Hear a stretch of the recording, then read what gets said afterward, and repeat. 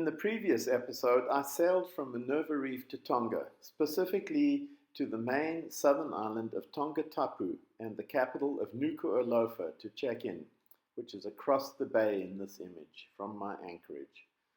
Early the next morning, I set off north to explore the Ep3 group of islands in the middle of Tonga, including 3 isolated southern islands and then a series of islands along the northeast edge. Well, I think it's Thursday, 31st of August. We're about to leave Nuku'alofa. There's the setting full moon, the lights of the town. We have sea otter from Quincy, Illinois on the one side here. Up in front we have Rover from Seattle.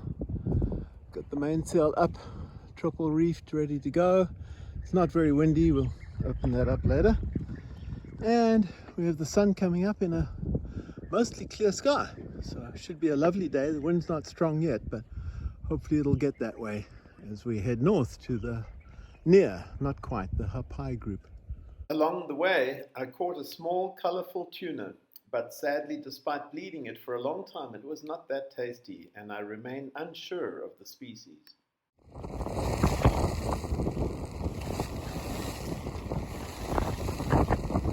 It's still Thursday in the afternoon now.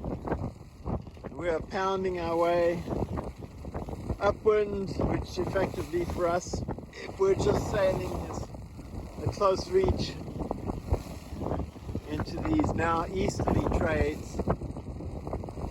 It was really rough this morning. I had to furl the jib completely for about half an hour. And short, steep waves breaking over the boat in the shallow waters coming out of Nuku'alofa. But now we're out into deep water, more than 1,000 feet. Things have mellowed out, the wind's come down. I have the full jib, staysail, triple reef main. Now we're still pounding away though. We've got about 12 miles to go to a little remote island called Calasia, where there is a very tricky anchorage amongst reefs, and we need to get there before dark, which I think we will do. Here is my iSailor chart for Calasia with the little detail and our location deep in between several reefs, as shown in the satellite image of this privately owned, uninhabited island, which I had entirely to myself. It's 4:30 on Thursday, August the 31st, and I've made it. Wow, what a trip that was, goodness me. To Calasia Island, totally isolated. I'll go all the way around, even though the wind will get bad. Here's the reef on that side. And then in the glare of the sun, there's the reef on the other side, and there is reef everywhere else. This huge log here from the distance looked like a shipwrecked yacht, just to add to the nervousness of coming in here. Wow, what a place. I think I'm safely anchored. Not sure you're going to be able to see this, but there are lots of frigate birds circling this island and lots of white birds in the bushes and trees, presumably nesting. Woo! Amazing! I was rewarded the next morning with a beautiful sunrise, and you can see the 2 floats I used to keep the anchor chain off the bommies. But when I brought up the anchor, this is what the shackle looked like. Holy moly! Well, Saturday, September the 1st, and we're leaving Calasia, way in the background there. Zoom all the way in. Lovely place, but a bit of a scary anchorage and a bit of a scary incident with the anchor. And we are headed towards an island called Nuku'alofa, way over there, not this one. A lot of reefs like this to avoid. This one you can see there's a rock in the middle and a pile of sand around it. And then of course the waves breaking on the reef all around. And there's another one way down there. See the sand maybe and the waves breaking. And we're going to slot in between those two, we hope. Alright. Final view of Calasia here. Try to get out of the wind. Beach on the left hand side is where the hut and tent are, the fishing camp I presume. And the beach on the right is the one that we were anchored at. Well, we're arriving in the island of Nuku'alofa. This is the main town. You see big churches here, typical of these Tongan villages.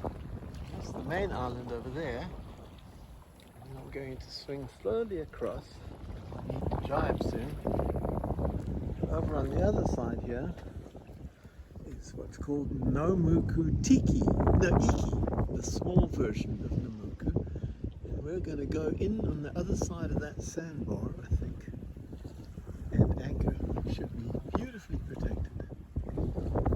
Alright, that was a pleasant 4-hour sail in 15 to 20 knots, doing 5 knots the whole time. It's marvelous. I was wrong about the anchorage. It was in front of the low-lying sandy stretch, which turned out to have been almost wiped clean of trees and palms by the tsunami. But the southern end was higher and still wooded, and I walked around the entire island. We are passing a tiny sand island surrounded by coral, of course, called Tokolu. It's got a tower on it that supposedly has a light, and a couple of 3 palms and maybe a tree have survived the tsunami, which is amazing. And I'm sailing about as close as I dare to the reef around it. And we're headed to those islands up ahead there, the one far in the distance.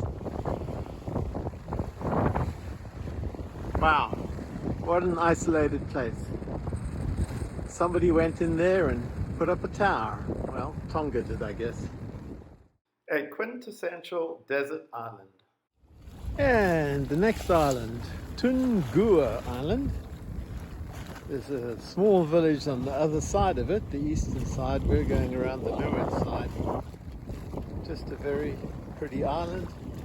You can see a lot of exposed rocks on the beach here, and a little bit of a sand cliff there with trees fallen down, damage from the tsunami coming through from Tonga. Volcanic eruption a couple of years ago, but oh boy, is it ever beautiful. We just went over a small seamount, supposedly 10 feet deep, so we went just over the 30 feet deep edge of it. And there was a whale nearby, and I thought, holy smokes, there's a rock, but no, there's a whale. And then we're headed up there between those islands, so we need to harden up a little bit here on the wind to get up there. So again, we have to motor sail here, just the last little bit to get up to this island called Ra'afeva, I think. And there are islands all around. There's another one, I can't remember its name. There's another one. There's another one. There's another one. I counted 13 islands all together in this little region. And this one is a substantial one. It's got a telecommunications tower there, although I doubt we'll have cell service. Saturday, 2nd of September, and we are safely anchored at this big island of Ra'afeva. See, they've got a dock here and a landing zone, and we're in 20 feet of beautiful clear sand, clear water, and in addition to a greeting committee of 10 dolphins coming in, we have a whale just, oh, don't go down, it's just been cruising on the surface this whole time. Oh well. Not there. Maybe it's a calf as well. Yeah, I think so. That's a calf. Alright, we're protected by this long reef at the top and this little spit sticking out here.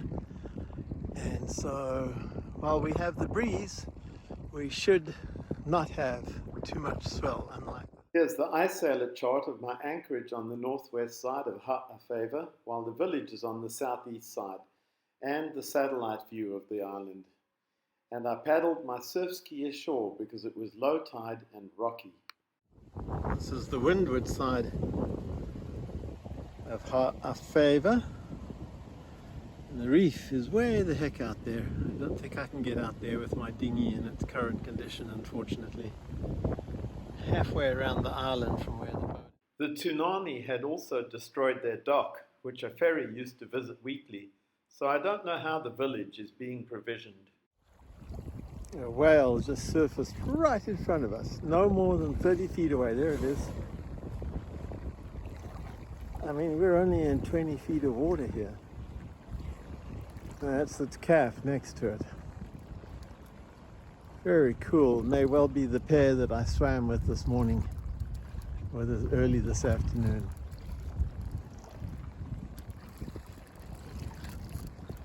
Wow, and there's more out in the bay. Let's wait from there we go. There's the mother. Let's see if staying down for a while. You can still see their shapes. There's the calf. Alright, wow. In the foreground is my mother and calf. They've been here all day. And in the background, if we're lucky, bam, there it goes, is a presumably male, breaching and tail slapping and fin slapping, the whole works. Oh, you could hear it, I hope. Wow, that was loud.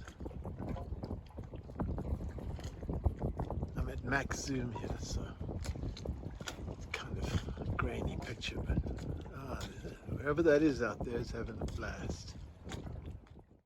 And a whale of a sunset. Little school of squid coming up to the boat to check me out. How cool is that? I've only once seen squid before, and that was at the dive at Panama. Super cool. God, they're so pretty. I could get my squid jig out, but I feel bad. On the western horizon were two huge volcanoes, 1,500 and 3,500 feet high.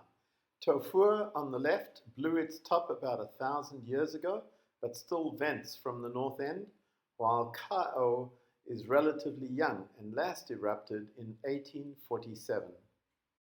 After these three stops in the southern half of the Ha'apai group, which I had to myself, I sailed east to the islands along the fringing reef on the northeast side of the group, where there were a few eco-resorts and a few other cruises at the most northern islands. It's Monday, 3rd of September. We're left Ha'afeva island behind us there. The wind is light from the northeast, and so we can't quite make our objective without motor sailing, which is fine. It's just the engine running slowly. Can't see it, I'm sure, but the objective is this other island here, way on the horizon.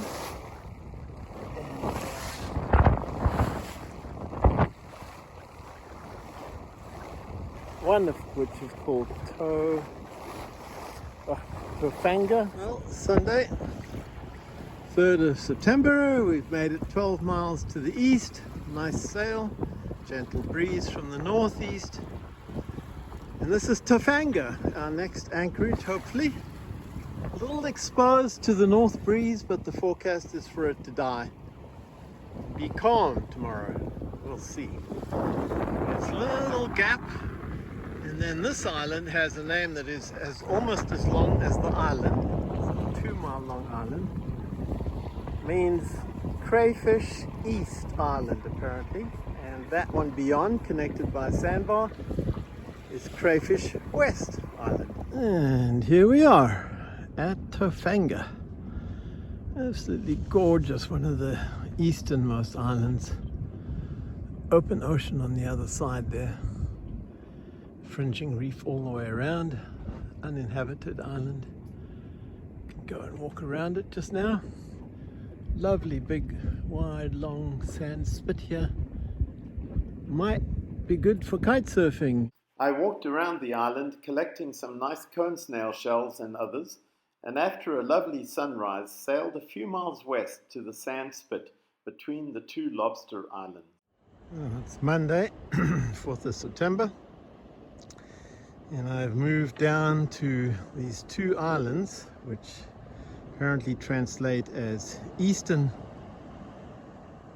Lobster Island, and you can see Tofanga at the other end there, where I was last night. This sand cay here, spit connecting the two. It's almost high tide, so it's almost overrun. Down to this one, Western Lobster Island. I'm going to have a shot at their names. Nuku'alofa is this one. And in between, let me interrupt. There's an island way in the distance there. It's on the other side of the channel. There's a major pass here out to the ocean. That's called Limu Island. Apparently seldom visited, and it's not going to be by me. And this one is Nuku'alofa.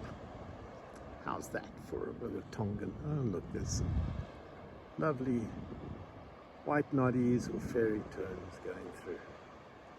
I tried to drift snorkel the channel, the pass, this morning, and it was just too tricky. The current seemed to be going out when in fact it was coming in, and so instead I just snorkeled some of the, oh there's one right there.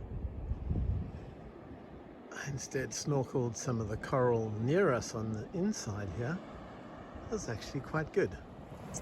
Well, it's Monday, September 4th still, and I am on the Eastern Lobster Island, Nuku'alofa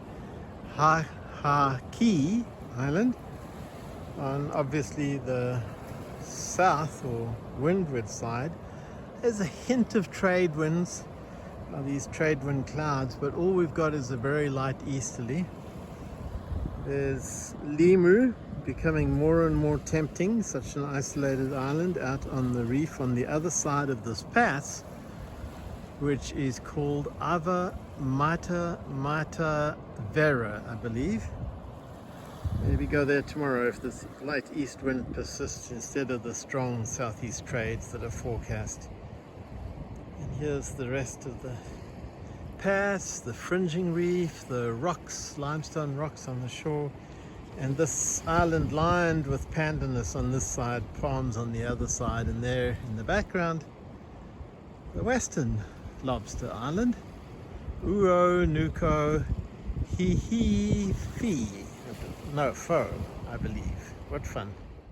As with French Polynesia, it was common to find these fads, fish aggregation devices, or parts thereof, washed up on shore. This is a complete one with a bamboo frame covered with black netting, held together with green or blue nylon rope, kept afloat with yellow fishing floats, and a solar-powered combination sonar and satellite unit that informs the recipients of the presence of schools of tuna below the fad. Alright, it's Wednesday the 6th of September, and let's see, I'm going to show you, we are just leaving Tofanga Island. It's about 10 in the morning. There's the two lobster islands. You won't be able to see Holiday, it's just a little white dot. The reef in the distance. I go all the way around here. This is a big island called Uefa with two villages on it. There's lights at night and cell reception, but not very good. This island's called Tofata. We're not going to stop at either of them. We're going to keep going through a gap there to an island on the other side called Uefa. No, Nuku'alofa, where there's a kite surfing school I want to hang out. Oh, it's Wednesday the 6th still, and we are going through a very narrow gap between Tofata Island, and this is the one we're going to, Nuku'alofa, on the other side, but we've got this major pass here in front of us, and a whale right in the pass, mother and a calf, for heaven's sakes. There's the reef on the other side. You can see a marker there. There's a Tahiti petrol on it. And it's a ridiculously narrow gap here, but the locals have it marked with poles. And these whales were sitting right in it as I approached, but they luckily appear to have moved off. At least I hope they have. Alright, go over there now. Try to zoom in here.